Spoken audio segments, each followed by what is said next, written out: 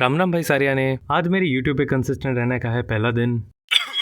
Hello और आप सभी का फिर से स्वागत है। मैं हूँ वोगी और आज हम बात करने वाले हैं JoJo's bizarre adventure battle tendency part 2 के बारे में।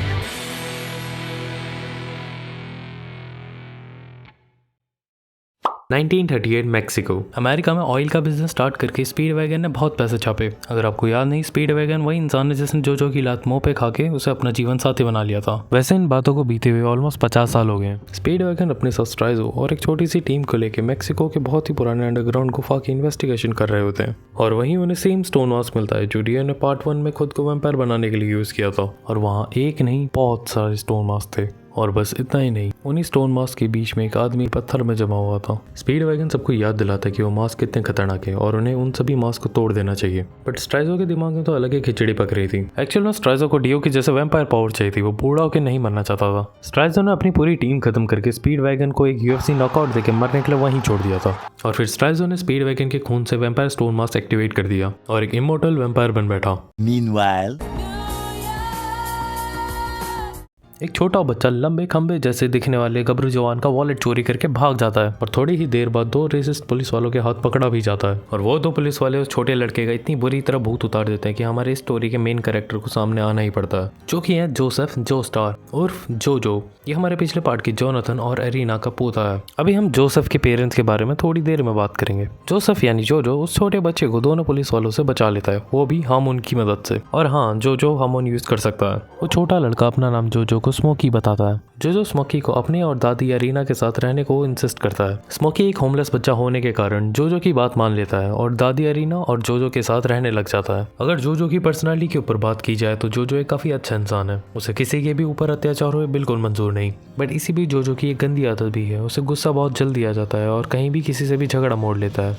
जोसेफ भाई को स्निकर्स खाना चाहिए। हमका चाहिए बदला, हम कोनो के माही वाही नहीं। खैर छोड़ो। स्मोकी, जोजो और दादी एरिना तीनों ही एक एक्सपेंसिव रेस्टोरेंट में खाना खाने को जाते हैं। वहीं बैठा एक रेसिस्ट आदमी स्मोकी के स्किन कलर की वजह से उसे बहुत बुली करता है। इवन स्मोकी को बहुत उल्टा सीधा सुना देता है। और फिर क्या, जोजो चुप रहने वालों में से तो है नहीं। इस बार दादी एरिना खुद अपना आशीर्वाद देके जोजो को आगे बढ़ने को बोलती है। इसी के आगे जोजो अपनी एक सीक्रेट स्पेशल एबिलिटी दिखाता है जो कि सच में काफी कूल है। जोजो अपने सामने खड़े किसी भी ओपोनेंट का कोई भी मूव, कोई भी डायलॉग या फिर आगे वो क्या सोचने वाला है वो कुछ भी प्रिडिक्ट कर सकता है। और ये सब कोई जादू नहीं है, जोजो है ही इतना स्मार्ट। जोजो उस रेसिस्ट आदमी की हेकड़ी ठीक कर देता है।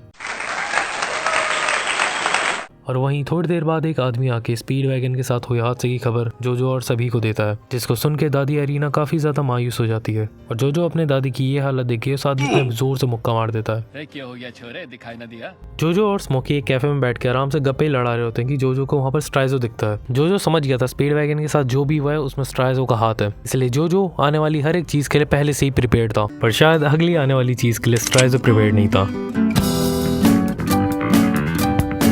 जोजो खुलेआम न्यूयॉर्क की सड़कों पे स्ट्राइजो पे गोलियां बरसा रहा होता है। स्पीड वैगन के साथ जो हुआ ये सुन के जोजो को उस वक्त कोई भी नहीं रोक सकता था। इतनी गोलियां खाने के बाद भी स्ट्राइजो वापस अपने पैरों पे उठ खड़ा हुआ। स्ट्राइजो उठते ही इंस्टेंट किल मोड में आ जाता है। जोजो का प्लॉट आर्मर बहुत स्ट्रांग होने के कारण स्ट्राइजो उस पर बार बार हमला करने के बाद भी उसे हरा नहीं पा रहा होता। जोजो कैसे न कैसे स्ट्राइजो की कमर में एक हैंड ग्रेनेड अटका देता है और उसकी पिन भी खींच लेता है। इस हमले से बचने के लिए स्ट्राइजो ग्रेनेड को दूर फेंक देता है, बट उसकी पीठ में चिपके और भी काफी बॉम्ब्स की पिन खुल जाती है और स्ट्राइजो वहीं फट जाता है। स्ट्राइजो अब एक इमोर्टल वैम्पायर है तो वो इतनी आसानी से इन गोला बारूद से तो मर नहीं सकता। स्ट्राइजो खुद को रीजनरेट करते हुए वापस से उठ खड़ा होता है, जिसको देख के जोजो अपनी एक और स्पेशल टेक्निक यूज करता है। स्ट्राइजो थोड़ी ही देर में एक लड़की को किडनैप कर जोजो के सामने आ खड़ा होता है और उस लड़की को मारने की धमकी देता है। बट ये सब कुछ स्ट्राइजो के काम नहीं आता और एंड में स्ट्राइजो खुद को उड़ा के अपनी जान ले लेता है। ये वो टाइम था जब जर्मन नाजी आर्मी अपनी टेक्नोलॉजी, अपने हथियार, इन सबको एडवांस करने में लगी हुई थी। इसी बीच उन्हें स्पीड वैगन मिलता है और वो स्पीड वैगन का इलाज करने के बाद उसे अपने पास ही बंदी बनाए रखते हैं। और इसके पीछे वॉन नामक एक जर्मन ऑफिसर का हाथ था। वॉन उस गुफा से मिले हुए पिलर मैन के ऊपर एक्सपेरिमेंट करना चाहता था। भाई कुदरत, काला जादू, नाजीज, कुछ ज्यादा ही बैड कॉम्बिनेशन नहीं है। जोजो को जैसे ही मालूम पड़ा कि स्पीड वैगन जिंदा है और मेक्सिको में नाजीज के कब्जे में है, जोजो अपनी बाइक निकाल के स्पीड वैगन को बचाने के लिए निकल पड़ा और अपने सफर के रास्ते में जोजो पे एक असैसिन हमला कर देता है और बदले में जोजो से लिटरली फोड़ के रख देता है। जोजो लड़की बनके नाजी बेस के अंदर घुसने का ट्राई करता है, बट 2 टर्की गार्ड्स के ना कहने के बाद भी कैसे न कैसे घुस ही जाता है। बेस के अंदर पिलर मैन अब अपनी नींद से जाग चुका था और बड़ी ही तेजी से अडेप्ट कर रहा था, चीजें सीख रहा था। अपनी केज से बाहर निकलते ही पिलर मैन को चारों तरफ आतंक मचाने में बिल्कुल वक्त नहीं लगा। जोजो सही वक्त में आगे हामोन की मदद से सिचुएशन कंट्रोल कर लेता है, लेकिन थोड़ी देर बाद जोजो को समझ आ जाता है कि वो गलत गेम में फंस गया है। इसलिए जोजो फिर से अपनी एक और स्पेशल टेक्निक दिखाता है। इसके बाद होता तो बहुत कुछ है, लेकिन मैं आपको सिर्फ पते की बात बताता हूँ। जोजो अपने दिमाग का यूज करके उस पिलर मैन को सूरज की रोशनी के नीचे ले ही आता है, जिससे उस पिलर मैन का खेल वहीं पर ही खत्म हो जाता है। और हाँ, इन्हीं सब के बीच में वॉन भी हीरो बनने के चक्कर में खुद को उड़ा देता है। जोजो को अपनी हार्मोन एनर्जी को और अच्छे से मास्टर करना था, इसलिए वो हार्मोन प्रैक्टिस के लिए रूम पहुंचता है। जोजो की मुलाकात वही सीजर जेपली से होती है, जो कि एंटोनियो जेपली का पोता और मारियो जेपली का बेटा होता है। It's me, Mario.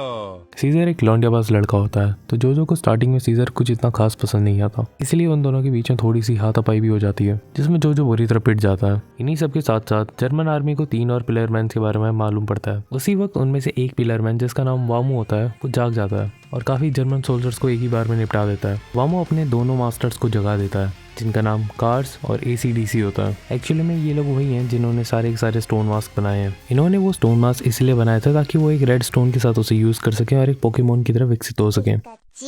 कुछ ही देर में जोजो और उसकी गैंग भी गुफा में पहुंच जाती है और उन्हें देखने को मिलता है कि तीनों पिलर मैन अपनी नींद से जाग चुके हैं। सीजर एक गर्म खून वाला नौजवान लड़का था, इसलिए वो सभी पिलर मैन को देखते ही लड़ने के लिए कूद पड़ा, मगर इस हरकत के बाद सीजर को लिटरली मुंह की खानी पड़ी। ऐसा तो होना ही था, क्योंकि इस कहानी का प्रोटैगनिस्ट तो हमारा जोजो है। जोजो ने अकेले ही तीनों पिलर मैन का बैंड बजा दिया। जोजो के साथ तो सीजर से भी बदतर हुआ। जोजो को जैसे ही समझ में आया ये तीनों तो एनिमे के मेन विलन्स हैं, तो जोजो ने पतली गली पकड़ना ही सही समझा। जोजो वामू से दोबारा रीमैच के लिए 1 मंथ का टाइम मांगता है। जोजो की बहादुरी देखते हुए वामू जोजो का चैलेंज एक्सेप्ट कर लेता है और वामू और ACDC दोनों अपनी जहरीली अंगूठियां जोजो के गले और दिल में इम्प्लांट कर देते हैं, जो कि 1 महीने के अंदर डिसॉल्व हो जाएंगी और जोजो को जहर से मार देंगी, जिसका एंटीडोट खाली उन्हीं के पास है। इसके बाद तीनों pillar man red stone of आजा को ढूंढने निकल पड़ते हैं और यहाँ से जोजो का ट्रेनिंग आर्क भी शुरू हो जाता है। जोजो और सीजर दोनों मिलते हैं अपनी ट्रेनर से, जिसका नाम होता है लीसा, जो कि बहुत ही एक्सपर्ट होती है हार्मोन एनर्जी कंट्रोल करने में। और लीसा स्टार्टिंग में सब कुछ क्लियर कर देती है कि वो कितनी स्ट्रिक्ट है और ट्रेनिंग कितनी हार्ड होने वाली है। अपने पहले ही टास्क में जोजो और सीजर को एक पोल चढ़ना पड़ता है, जिसमें से कंटिन्यूअसली तेल बहता रहता है। दोनों ही जोजो और सीजर अपने पहले टास्क में मरते मरते बचते हैं। लीसा जोजो और सीजर के आगे की ट्रेनिंग के लिए अपने 2 नौकरों को साइन करती है। लीसा जोजो और सीजर को रिवील करती है कि जो रेड स्टोन के पीछे पिलर मैन पड़े हुए हैं वो उसी के पास है और वो उसकी प्रोटेक्टर है। और ये सब कहते कहते उस रेड स्टोन ऑफ आजा की पावर का एक नमूना भी दिखाती है। जो लीसा को बोलता है कि हमें इस स्टोन को अभी के अभी तोड़ देना चाहिए, पर लीसा मना कर देती है, भगवान जाने पता नहीं किस रीजन से। जोजो और सीजर का 1 महीना पूरा हो जाता है और उनकी ट्रेनिंग का भी आखिरी दिन होता है, जिसमें दोनों को अपने अपने टीचर से लड़ना होता है। सीजर अपने टीचर से लड़ता है और जीत जाता है, जबकि जोजो अपने अपोनेंट टीचर को ACDC के पैरों मरा हुआ पाता है। अब बस और क्या, ACDC वर्सेस जोजो की फाइट स्टार्ट हो जाती है। ACDC की जो पावर है वो है बर्निंग ब्लड, यानी कि वो अपने खून से किसी को भी जला सकता है, लेकिन दिखने में तो एकदम किसी बीमारी जैसी लगती है। ACDC को लगा था कि जोजो उसका कुछ भी बिगाड़ नहीं पाएगा, लेकिन जोजो अपनी 1 मंथ की ट्रेनिंग से काफी ज्यादा पावरफुल हो चुका था। जोजो ACDC को उसी के खून से जला के रख देता है और अपनी जीत के बाद अपना पहला एंटीडोट लेता है। लेकिन ACDC अभी पूरी तरह से मरा नहीं था, उसने जिंदा रहने के लिए अपना दिमाग अपने शरीर से अलग कर दिया था, जो कि बाद में लीसा की हाउसमेट सूजी क्यू के शरीर में घुस के उसको कंट्रोल करने लग जाता है। और सूजी की बॉडी कंट्रोल करने के दौरान वो रिवील करता है कि उसने रेड स्टोन को अपने बाकी पिलर मैन के पास कुरियर के थ्रू पहुंचा दिया है और रेड स्टोन किसी भी वक्त उनके पास पहुंच सकता है। जोजो और सीजर अपने हार्मोन की मदद से ACDC को सूजी की बॉडी से बाहर निकाल फेंकते हैं और बाहर निकलते ही धूप की रोशनी से ACDC का काम तमाम हो जाता है। लीसा सूजी का दिमाग पढ़ती है, जिससे उनको ये पता चलता है कि वो पार्सल आखिर किस जगह की ओर डिलीवर हो रहा है, और होता भी ऐसा ही है। उनको उस जगह की लोकेशन पता चल जाती है और सबके सब सेट होकर उस जगह की ओर रवाना हो जाते हैं। लेकिन बीच में जर्मन आके पार्सल को अपने कब्जे में कर लेते हैं, जिसमें रेड स्टोन होता है, ताकि जर्मन रेड स्टोन के साथ कुछ एक्सपेरिमेंट कर सकें। कार्स रेड स्टोन हासिल करने के लिए रात में पहुंचता है, जहां सभी जर्मन को आलू टमाटर की तरह काट के रख देता है और कार्स की इस मारकाट को रोकने के लिए वॉन सामने आ जाता है। हाँ, वॉन ने खुद को उड़ा लिया था, लेकिन वो अभी भी जिंदा है, पर उसकी आधे से ज्यादा बॉडी अभी मैकेनिकल है, thanks to German engineering. Cars को हराना इतना भी आसान नहीं था जितना वॉन ने सोचा था। कार्स वॉन के टुकड़े टुकड़े करके उसे बिखेर देता है, जिसके तुरंत बाद वॉन अपनी आंख से यूवी लाइट निकाल के कार्स के हाथों से रेड स्टोन दूर कर देता है। इसके चक्कर में रेड स्टोन फिसलते हुए गहरी खाई की तरफ बढ़ रहा होता है और जो बिना वक्त गवाए रेड स्टोन की तरफ दौड़ लगा देता है और जो कार्स का बुद्धू बना के सीजर की हेल्प से खाई में गिरने से बच जाता है। सुबह होते ही सबको पता चल जाता है कि कार्स और वामो एक पुराने होटल में छुपे हुए हैं। इस बार सीजर को ही सीजन खत्म करने की काफी जल्दी हो रही थी और इस जल्दबाजी के चक्कर में सीजर को अपनी जान से हाथ धोना पड़ा। बट मरने से पहले सीजर ने जोजो के लिए वामो से लड़के एंटीडोट ले लिया था और वामो भी सीजर की एज अ वॉरियर रिस्पेक्ट करते हुए वो एंटीडोट वापस नहीं लेता। और जैसे ही जोजो और लीसा होटल पहुंचते हैं, उन्हें पता चलता है कि सीजर अब नहीं रहा और एंटीडोट मिलते ही जोजो कसम खाता है कि वो वामो को हराने के बाद ही उस एंटीडोट को लेगा। भाई सच में सीजर ने अपनी जान दे दी वो एंटीडोट लेने के लिए। जोजो और लीसा अब आगे बढ़ते हैं वामो और कार्स का सामना करने के लिए। बट उन्हें ये नहीं पता था कि वहाँ 2 नहीं 100 से भी ज़्यादा वैम्पायर्स उनका वेट कर रहे हैं। जोजो वहाँ भी अपनी स्पेशल टेक्निक दिखाने की कोशिश करता है, बट इस बार उसकी शान पत्ती काम नहीं आती। लीसा 1-on-1 के लिए सबको चैलेंज करती है और अगर वो ये चैलेंज एक्सेप्ट नहीं करते तो रेडस्टोन तोड़ने की धमकी देती है। आगे चलकर लीसा जोजो को अपना सच बता ही देती है। एक्चुअली में लीसा और कोई नहीं जोजो की माँ है। लीसा वही लड़की है जिसे जोजो की दादी अरीना ने बचपन में बचाया था और बड़े होकर लीसा ने दादी अरीना के बेटे से शादी कर ली थी, जिसके बाद जोसेफ का जन्म हुआ था। लेकिन कुछ टाइम बाद ही जोजो के पापा के ऊपर हमला हुआ था जिसमें उनकी जान चली गई थी, जिसके बाद से लीसा सबसे दूर और अकेले ही रह रही थी। और हाँ, देख के यकीन नहीं हो रहा होगा कि लीसा की उम्र ऑलमोस्ट 50 साल है।